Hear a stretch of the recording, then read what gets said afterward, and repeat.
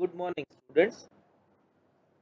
આપણે ગયા લેક્ચરમાં સદીશો વિશેની પ્રાથમિક માહિતી, સદીશ અને અદિશ રાશિઓ કોને કહેવાય, કેવી રીતે સમતલમાં સદીશને આકૃતિ સ્વરૂપે દોરી શકાય અને સદીશોના સરવાળા અને બાદબાકી કેવી રીતે થાય એની સમજૂતી મેળવી હતી. એમાં મુખ્ય સૌથી અગત્યની જે બાબત છે એ છે આલેખની રીતથી સદીશોના સરવાળા, જેની બે મેથડ, ત્રિકોણની રીત અને સમાંતર બાજુ ચતુષ્કોણની રીત, એ આપણે જોઈ હતી. અને તમે બધાએ મટીરિયલમાંથી કે ટેક્સ્ટબુકમાંથી એનો સારી રીતે અભ્યાસ કરી લીધો હશે. હવે નેક્સ્ટ જે છે, આજનો ટોપિક જે આપણે લેવાના છીએ એ સદીશનો બીજો લેક્ચર છે. અને એમાં આપણે સદીશોના પરસ્પર લંબ ઘટકો કેવી રીતે લેવાય અને ઘટક એકચ્યુઅલી શું છે એની માહિતી લેશું. તો 4.5 ટોપિક જે ટેક્સ્ટ બુકમાં આપ્યો છે, રિઝોલ્યુશન ઓફ વેક્ટર્સ, એના વિશેનું આજે આપણે ડિસ્કશન કરવાના છીએ. હવે રિઝોલ્યુશન ઓફ વેક્ટર્સ જે ટોપિક છે એ સમજતા પહેલા આપણે એક નાનકડો પેટા ટોપિક જે છે એ સમજવો જોઈએ, જેને આપણે કહીએ છીએ એકમ સદિશ. એકમ સદિશ, ઇંગ્લિશમાં એને આપણે યુનિટ વેક્ટર એવું કહીએ છીએ. એકમ સદિશ અથવા તો યુનિટ વેક્ટર, આની સમજૂતી છે એ અગત્યની છે. ઘણા બધા વિદ્યાર્થીઓને આમાં જ ડાઉટ હોય છે, એટલે તમે બરાબર ધ્યાન આપી અને સમજજો. નાવ એમાં પહેલું એની ડેફિનેશન લખી નાખીએ, અથવા તો સમજૂતી કહેતા હો તો સમજૂતી. એકમ મૂલ્ય ધરાવતા સદિશને એકમ સદિશ કહે છે. એકમ મૂલ્ય ધરાવતા સદિશને એકમ સદિશ કહે છે. એટલે એવો સદિશ કે જેનું મૂલ્ય એક જેટલું હોય. એકમનો અર્થ શું થયો? એક, 1 જેટલું મૂલ્ય ધરાવતો સદિશ હોય તો એને આપણે એકમ સદિશ છે એમ કહેશું. તો આ એની વ્યાખ્યા છે. જો તમને પૂછે તો તમારે આ પ્રમાણે લખવાની રહેશે. નેક્સ્ટ આપણે આની થોડી સમજૂતી લઈએ. ધારો કે આ એક સદિશ છે,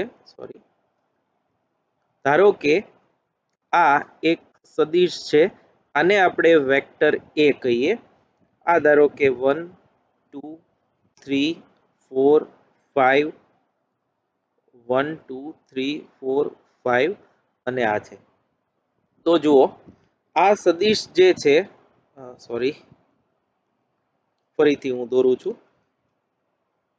આ વેક્ટર એ, આ 1 2 3 4 5 અને અહીં સુધીનું છે 6 થયું. તો આપણે જાણીએ છીએ કે આ સદિશ એ છે, તો સદિશ એ નું મૂલ્ય 6 એકમ છે. કયો સદિશ છે એવું આપણે લખતા નથી, એટલે આપણે એકમ એવું લખશું. 6 એકમ મૂલ્ય વાળો આ સદિશ છે. અથવા તો આને આપણે આમે લખી શકીએ, મોડ ઓફ વેક્ટર એ બરાબર 6 એકમ. જો તમને ગયો લેક્ચર યાદ હોય તો આ સમજાઈ ગયું હશે. માનાંકમાં જ્યારે આપણે કોઈ સદિશને લખીએ ત્યારે એનો મતલબ એવો થાય કે એ એનો એકમ સદિશ છે. Okay, next. હવે તમે જુઓ તો આ જ સદિશ માટે જો આટલો સદિશ આપણે લઈએ તો આ સદિશ વેક્ટર એ ની દિશામાં રહેલો એકમ મૂલ્ય, તમે જોવો છો એનું મૂલ્ય 1. જો આ 6 હોય તો આ 1 જેટલો છે, જેનું મૂલ્ય રહેલો એકમ મૂલ્ય ધરાવતો સદિશ છે. તો આ જે સદિશ છે કે જે વેક્ટર એની દિશામાં એકમ મૂલ્ય ધરાવતો સદિશ હોય, આ સદિશને વેક્ટર એ નો એકમ સદિશ કહે છે. આ સદિશને વેક્ટર એ નો એકમ સદિશ એવું કહેવામાં આવે. એનો સંકેત છે બરાબર યાદ રાખજો n, સ્મોલ n. n જે છે એ એકમ સદિશ માટે વપરાતો કોમન સિમ્બોલ છે. જેનો એકમ સદિશ હોય, અહીંયા વેક્ટર એ છે એનો આ એકમ સદિશ છે તો એ સફિક્સમાં આવશે na, એટલે વેક્ટર એ નો કે વેક્ટર એ ની દિશાનો એકમ સદિશ થયો. અને એકમ સદિશને બાકીના સદિશથી અલગ પાડવા આમ લખવું જોઈએ. એટલે આ જે સંકેત છે આ, એને કેપ અથવા તો કેરટ અથવા તો હેટ કહે છે. આપણે એને કેપ કહીશું. એટલે n a કેપ એમ આ એકમ સદિશ જે છે એને બોલાય. તો હવે જુઓ એકમ સદિશ કોને કહેવાય અને એનો સંકેત શું છે એની આપણે અહીં ચર્ચા કરી. હવે તમે જુઓ તો આટલું જે છે આટલું એ n a કેપ જેટલું હોય. અહીં સુધીનું જો લઈએ આટલું તો એ 2 na કેપ જેટલું થાય. એમ અહીં સુધીનું 3 na કેપ થાય. આ 4 na કેપ, 5 na કેપ ને આખો સદિશ કેટલો થાય 6 na કેપ. તો આપણે વેક્ટર એ બરાબર 6 ઇન્ટુ na કેપ આમ લખી શકીએ. કેમ કે na કેપ જેવા 6 વેક્ટર ભેગા થાય એટલે આપણને શું મળે છે? વેક્ટર a મળે છે. therefore na કેપ બરાબર વેક્ટર a upon 6 સદિશ a ના છેદમાં 6. હવે આ જે 6 છે એ વેક્ટર a નું મૂલ્ય છે, આપણે જાણીએ છીએ. તો વ્યાપક રીતે કોઈ પણ સદિશ a એનો એકમ સદિશ એટલે સદિશ ભાગ્યા સદિશનું મૂલ્ય. આ જે છે એ એકમ સદિશ મેળવવા માટેનું અગત્યનું ફોર્મ્યુલા છે. અને એમ પણ લખી શકાય કે સદિશને તેના મૂલ્ય વડે ભાગવાથી તેની દિશાનો એકમ સદિશ મળે છે. આ અગત્યનું છે. એટલે આપણે એકમ સદિશ મેળવવો હોય તો સદિશને તેના મૂલ્યથી ભાગી નાખવાનો. આ અગત્યનું છે અને આનો ઉપયોગ પણ આપણે આગળ જતા આવશે. એટલે સદિશ ભાગ્યા સદિશનું મૂલ્ય એટલે એની દિશાનો એકમ સદિશ થાય. અને બેઝિકલી તમારે શું યાદ રાખવાનું? એકમ સદિશ એટલે શું? તો કે એકમ મૂલ્ય ધરાવતો સદિશ એને એકમ સદિશ કહેવાય. ઓકે, એમાં ને એમાં આપણે નેક્સ્ટ જોઈએ. આ અગત્યનું છે. આપણે એક્સ, વાય અને ઝેડ યામ પદ્ધતિ, જેને આપણે કાર્ટેશિયન યામ પદ્ધતિ કહીએ છીએ. એક્સ અક્ષ, વાય અક્ષ અને ઝેડ અક્ષ જ્યાં દોરેલી હોય અથવા તો જ્યાં એ સમતલમાં સમજૂતી હોય, તો એક્સ વાય ઝેડ ના એકમ સદિશો છે એ દિશાઓના એકમ સદિશો, એનો ઉપયોગ આપણે વારંવાર કરવાનો આવશે. તો એના માટે આપણે અલગ સંકેતો આપ્યા છે, એ જોઈ લઈએ. કાર્ટેશિયન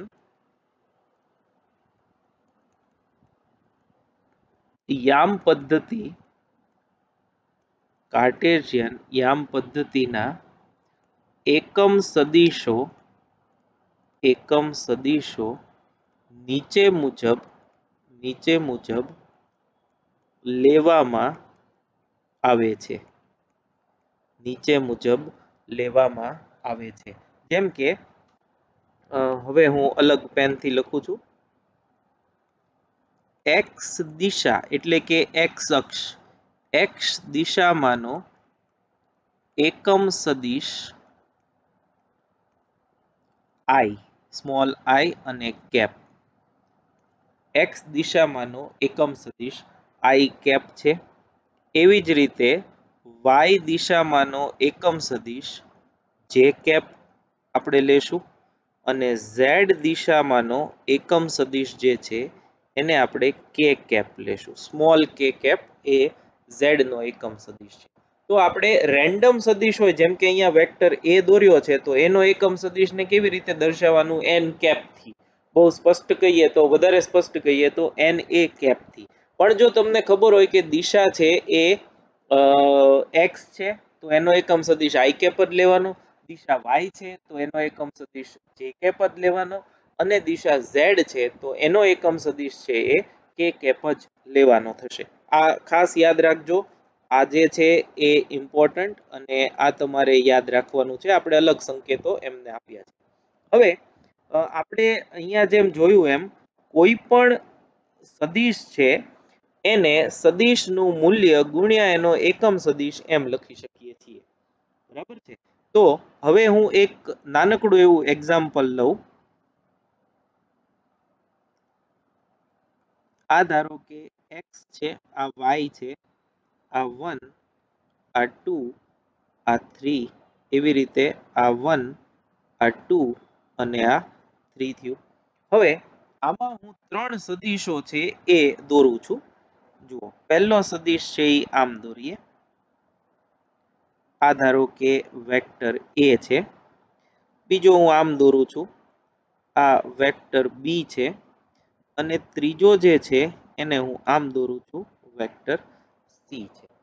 તો આપણે વેક્ટર a બરાબર, વેક્ટર b બરાબર અને વેક્ટર c બરાબર શું થશે એ લખવું છે અથવા તો એ જોવું છે. હવે આનો અર્થ શું થાય એ હું તમને કહું કે અહીંયા જે વેક્ટર a બરાબર 6na કેપ છે એની જેમ આપણે abc માટે લખવું છે. જે સદિશ a છે તો એ સદિશનું મૂલ્ય ગુણ્યા એનો એકમ સદિશ, b હોય તો b નું મૂલ્ય ગુણ્યા એનો એકમ સદિશ, c હોય તો c નું મૂલ્ય ગુણ્યા એનો એકમ સદિશ. એવી રીતે આપણે ત્રણે ત્રણ સદિશો માટે લખવું છે. તો હું તમને 1 મિનિટનો સમય આપું છું. આકૃતિ તમારી સામે છે, XY યામ પદ્ધતિ. મૂલ્યો 1 2 3 1 2 3 x અને y માં લખેલા છે. c જે છે એ XY સમતલમાં છે. તો એ કેવી રીતે લખશો? તમે 2 મિનિટ હું તમને આપું છું, સોરી 1 મિનિટ તમને આપું છું. તમે એ વિચારી અને તમારી બુકમાં લખો, પછી હું તમને કહું.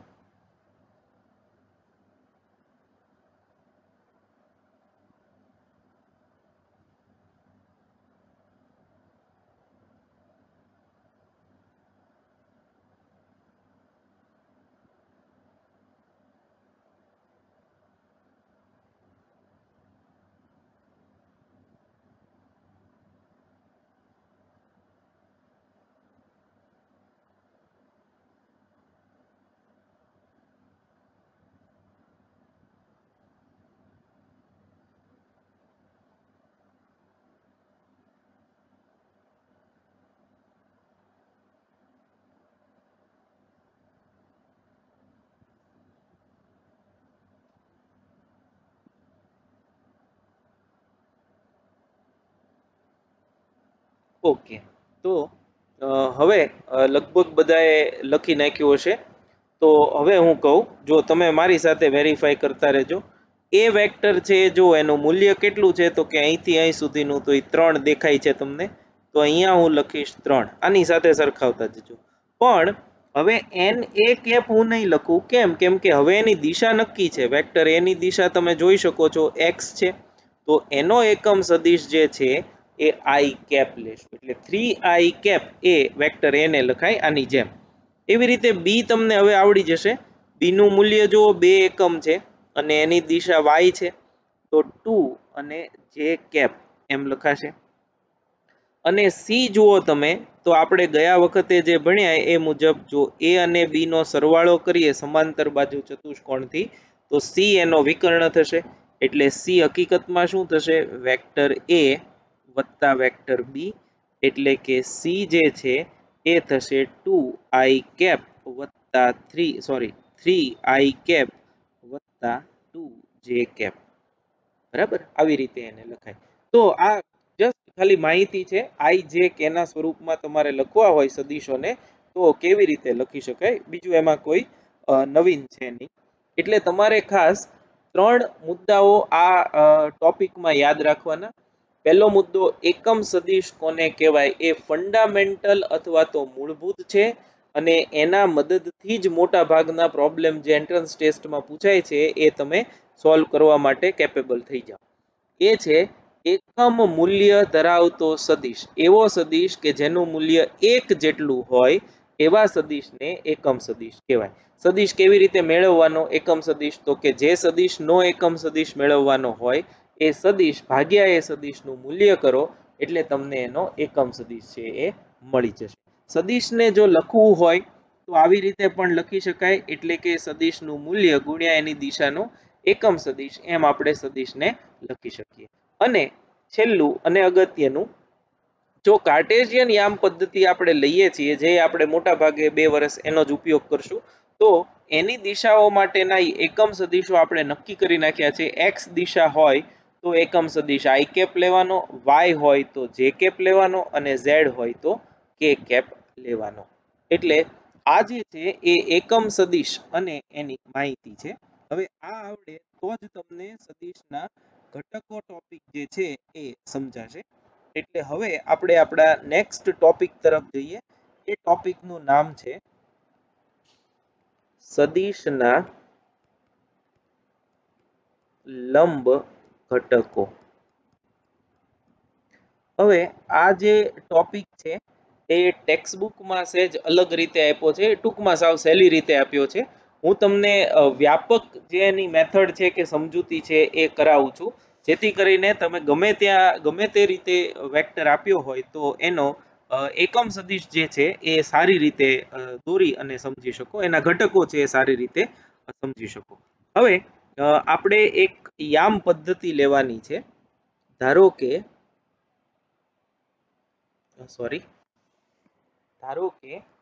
આ વાય અક્ષ છે અને આ એક્સ છે. તો આ એક્સ વાય સમતલ દ્વિપરિમાણ થયું એમ કહેવાય. આ યામ પદ્ધતિમાં એક સદિશ આપણે લેશું. ધારો કે એ સદિશ અહીં છે. તમે ટેક્સ્ટ બુક જો જુઓ તો ટેક્સ્ટ બુકમાં આ સદિશને ઉગમ બિંદુ પર લીધો છે. ઉગમ બિંદુ પર લો તો પણ વાંધો નથી, પણ આપણે અત્યારે ઘટકો જે છે એ સમજવા માટે આપણે આને આમ લીધો છે. આ સદિશ એ છે, એને આપણે નામ આપી દઈએ.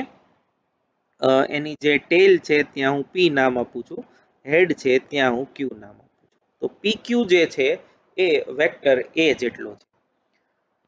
હવે આ સદિશ જે છે એણે એક્સ અક્ષ સાથે બનાવેલ ખૂણો, હવે જોજો આ અક્ષ જે છે એ એક્સ અક્ષ થશે. આ ખૂણો જે છે એ ધારો કે થીટા જેટલો છે, એટલે વેક્ટર એ અને એક્સ અક્ષ વચ્ચેનો ખૂણો એ થીટા જેટલો છે.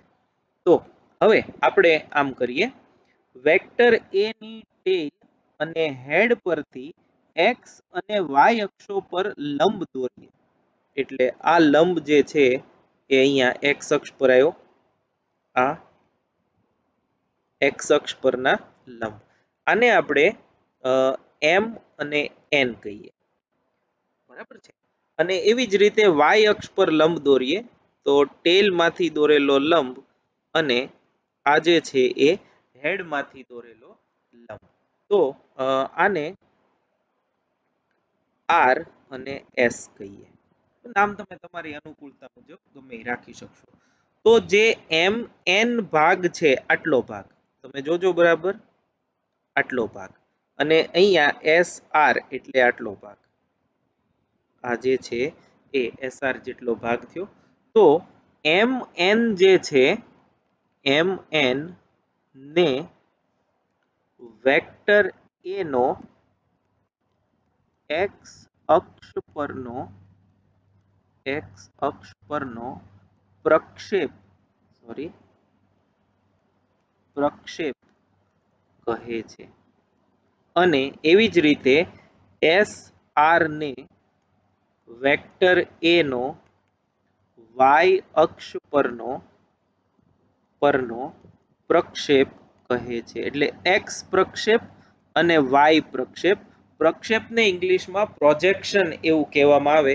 હવે આ તમારા માટે સહેજ નવો સિદ્ધાંત છે. જૂની જે ટેક્સ્ટ બુક હતી કે જૂના ધોરણોમાં જે જૂનો અભ્યાસક્રમ હતો એમાં ભૂમિતિમાં જ્યારે તમે ત્રિકોણો ભણતા હો, રેખા, કિરણો, સમાંતર બાજુ, ચતુષ્કોણ અને એની જે પ્રમેયો ભણતા એમાં પ્રક્ષેપનો પુષ્કળ ઉપયોગ આવતો, પણ લગભગ નવા સિલેબસમાં છે નહીં, એટલે હું તમને પ્રક્ષેપ શું છે એની ખાલી માહિતી આપું. ધારો કે તમે આ પીક્યુ સદિશ છે એને અહીંયા આગળ ટોર્ચ રાખીને જુઓ. ધારો કે આ હું ખાલી સમજૂતી માટે દોરું છું. આ ધારો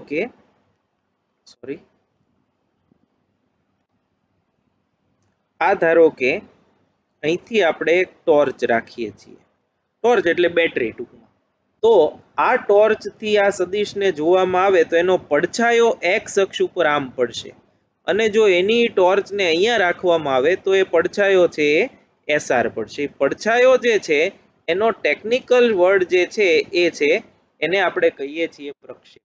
એટલે ટૂંકમાં વેક્ટર એ જે છે અથવા તો પીક્યુ વેક્ટર જે છે એને રેખા કયો, કિરણ કયો, રેખાખંડ કયો ભૂમિતિના સંદર્ભમાં, તો એનો એક્સ દિશા એટલે એક્સ અક્ષ પરનો પડછાયો અને વાય અક્ષ પરનો પડછાયો એને પ્રક્ષેપ કહેવામાં આવે.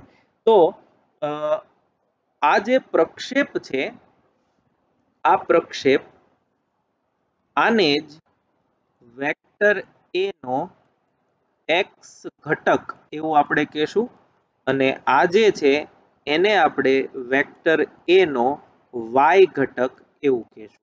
વેક્ટર એ નો એક્સ ઘટક એને એ એક્સ એવો સંકેત આપશું, અને વાય ઘટક જે છે એને સફિક્સમાં વાય એટલે એ વાય એવો ઘટક આપશું, સંકેત આપશું. તો આ જો વેક્ટર લેવામાં આવે વેક્ટર mn અથવા તો વેક્ટર એસઆર, તો આ જે છે એ વેક્ટર એ વાય એમ લખાય, અને આ જે છે એ વેક્ટર એ એક્સ એમ લખાય. તો હું આમ લખું છું એ એક્સ વેક્ટર બરાબર, હવે આપણને ખબર છે આને આમ પણ લખાય, એ એક્સ એ ખાલી મૂલ્ય છે, આઈ કેપ એ એક્સ દિશામાં છે એટલે એનો એકમ સદિશ. આને કહેવાય વેક્ટર એ નો એક્સ દિશાનો સદિશ ઘટક, અથવા તો ખાલી ઘટક કયો એક્સ ઘટક તો પણ ચાલે. અને વેક્ટર એ વાય બરાબર A Y into J cap, કેમ કે વાય માટેનો એકમ સદિશ હમણાં આપણે જોયું એમ જે કેપ છે, તો એને કહેવાય વેક્ટર એ નો વાય દિશાનો સદિશ ઘટક, અથવા તો ખાલી વાય ઘટક એમ કયો તો પણ ચાલે. તો આ જે છે એ એક્સ આઈ કેપ એમ લખાય, આ જે છે એને આપણે એ વાય જે કેપ એમ લખી શકાય. હવે ધારો કે આપણે એક સદિશ અહીંયા લઈએ, તો આને આપણે ધારો કે ઓ કહીએ. તો હવે તમે જુઓ છો પીઓ વેક્ટર અને mn વેક્ટર સરખા થાય, એટલે આ પણ એ એક્સ આઈ કેપ થશે. એવી જ રીતે ધારો કે હું ઓ ક્યુ વેક્ટર એક દોરું આમ, તો ઓ ક્યુ વેક્ટર અને એસઆર વેક્ટર એ સરખા થાય, એટલે આ થશે આ થશે A Y into J cap, A X I cap અને એ વાય જે કેપ. તો હવે બરાબર સમજો, હવે આ અગત્યનું છે. મુખ્ય બાબતો જે છે એ હવે આપણે એની ચર્ચા કરીએ છીએ. તો આકૃતિમાં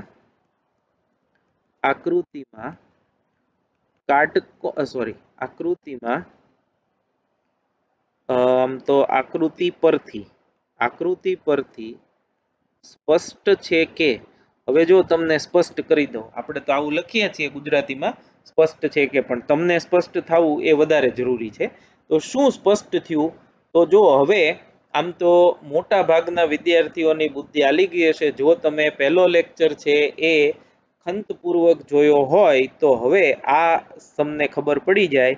પીઓ વેક્ટરની હેડ પર ઓ ક્યુ વેક્ટરની ટેલ છે, અને પીઓ વેક્ટરની ટેલ અને ઓ ક્યુ વેક્ટરના હેડને જોડતો આ પીક્યુ સદિશ છે. તો વેક્ટર ઓપી વત્તા વેક્ટર ઓક્યુ બરાબર વેક્ટર પીક્યુ થાય, સદિશોના સરવાળા માટેનો ત્રિકોણનો નિયમ. તો આકૃતિ પરથી સ્પષ્ટ છે કે પીક્યુ વેક્ટર જે આપણે લીધો છે એ કેટલો થાય? તો કે પીઓ વેક્ટર વત્તા ઓ ક્યુ વેક્ટર, બે વેક્ટરના સરવાળા જેટલો. ધેરફોર વેક્ટર એ બરાબર એ એક્સ આઈ કેપ વત્તા એ વાય જે કેપ.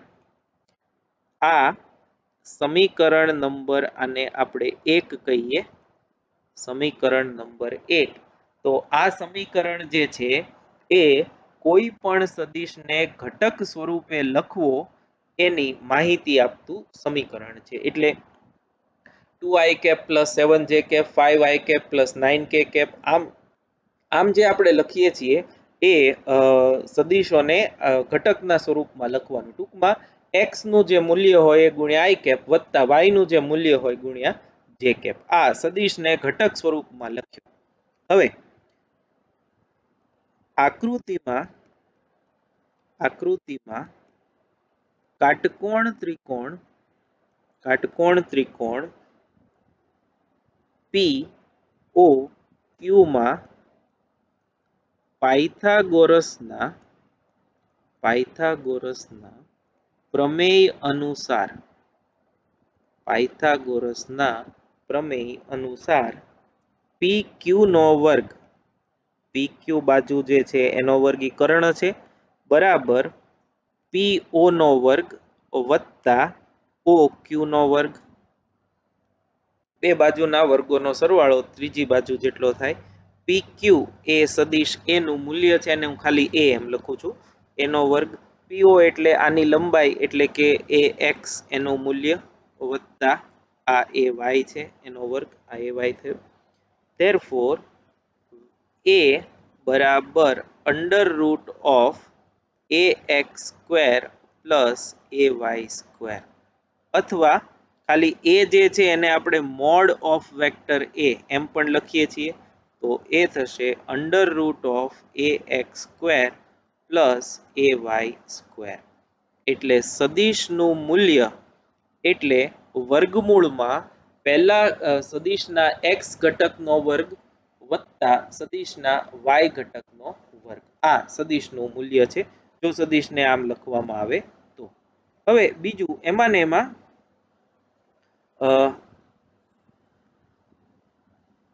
આજ કાટકોણ ત્રિકોણમાં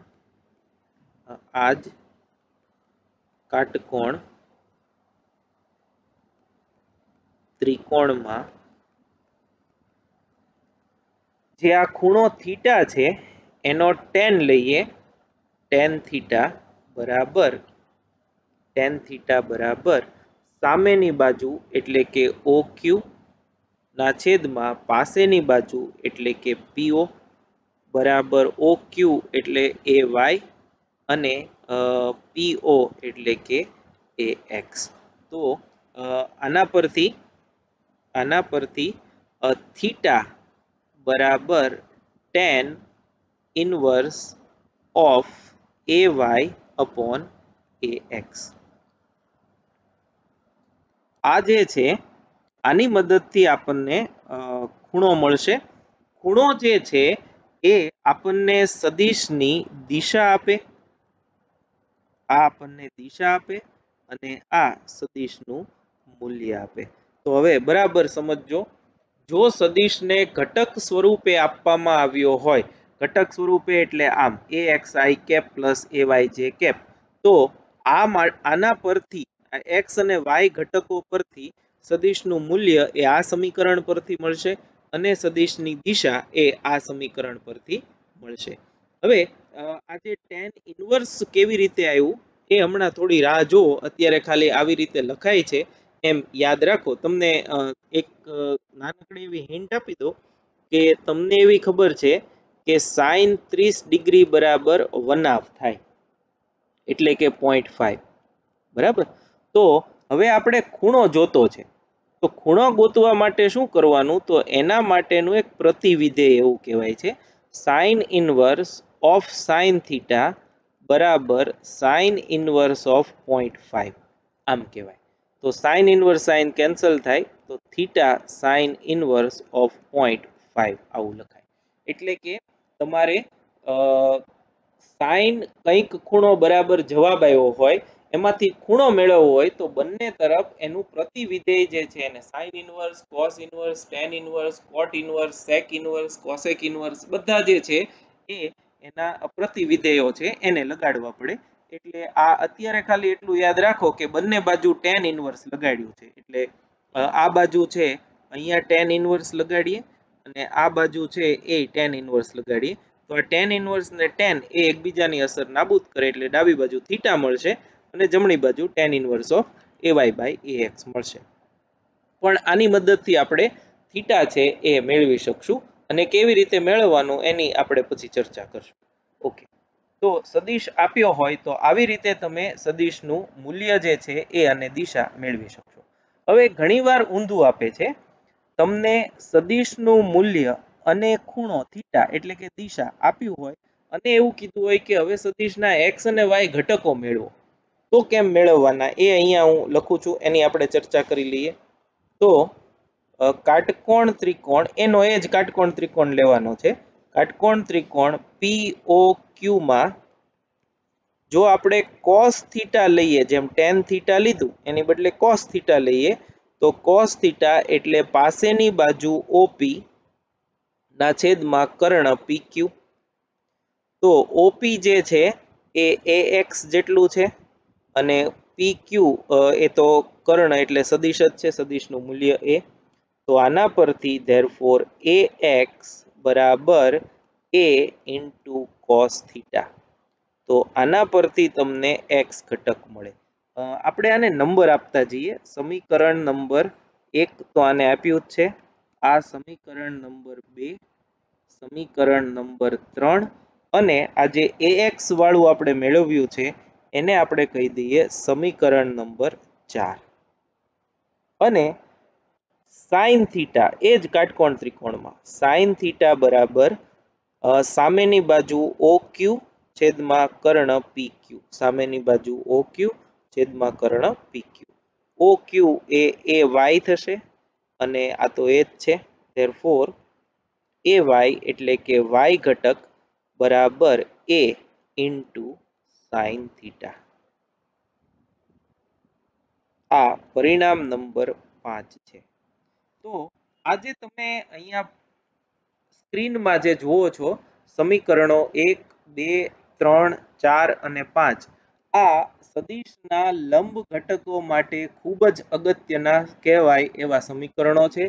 ગમે ત્યારે આપણે મુખ્ય તો જ્યારે 5મું પ્રકરણ બળનો અભ્યાસ કરશું, ગતિના નિયમો એવું ચેપ્ટર છે, એમાં જ્યારે બળના લંબ ઘટકો લેવાના આવશે, વિદ્યુત ક્ષેત્ર 12મા ધોરણમાં ભણશું, એમાં વિદ્યુત ક્ષેત્રના ઘટકો લેવાના આવશે, વેગમાન હોય તો વેગમાનના ઘટકો લેવાના આવશે.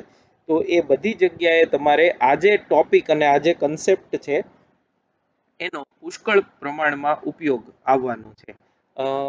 ટેક્સ્ટબુકમાં પેજ નંબર 70 અને 71 પર આ ટોપિક આપ્યો છે, પણ બહુ ઓછી સમજૂતી સાથે આપ્યો છે.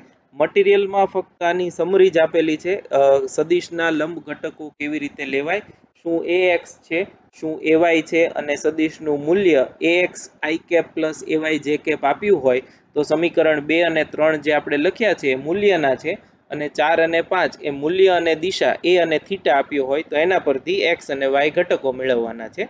તો એની સમરી જ આપી છે, કેવી રીતે આવ્યું એની સમજૂતી ક્યાંય આપી નથી, એટલે એ ખાસ તમારે આ વિડિયો લેક્ચર જે છે એ 1 કે 2 વાર જોઈ અને સમજી અને કરી લેવાનું છે. હવે ટેક્સ્ટબુકમાં મટીરિયલમાં આ જે આપ્યું છે એની આપણે ચર્ચા કરી લઈએ. તો જુઓ, મટીરિયલમાં પહેલો ટોપિક તમને આપેલો છે એ છે એકમ સદિશ. આ ઇમ્પોર્ટન્ટ. એકમ મૂલ્ય ધરાવતા સદિશને એકમ સદિશ કહે છે અને એને n કેપ વડે દર્શાવવામાં આવે છે. હવે અહીંયા તમે જુઓ છો તો આ n a કેપ આટલો હોય ને સદિશ a આટલો હોય તો આવા 5 na કેપ ભેગા થાય તો થાય છે, એટલે આ એનું પ્રાથમિક સમજૂતી છે. અને આના પરથી આપણે આવું લખ્યું છે કે સદિશને તેના મૂલ્ય વડે ભાગવાથી તે સદિશની દિશાનો એકમ સદિશ મળે છે. હવે એવી જ રીતે x ની દિશાનો એકમ સદિશ i કેપ, y હોય તો j કેપ અને z હોય તો k કેપ. અને આ એકમ સદિશ હોય એટલે એનું મૂલ્ય જો આપણે લઈએ માનાંકમાં i j k ને મૂકીએ તો એ એકમ સદિશ છે એટલે એનું મૂલ્ય કેટલું આવશે? 1 જેટલું આવશે. બીજું જે છે એ છે સદિશના લંબ ઘટકો.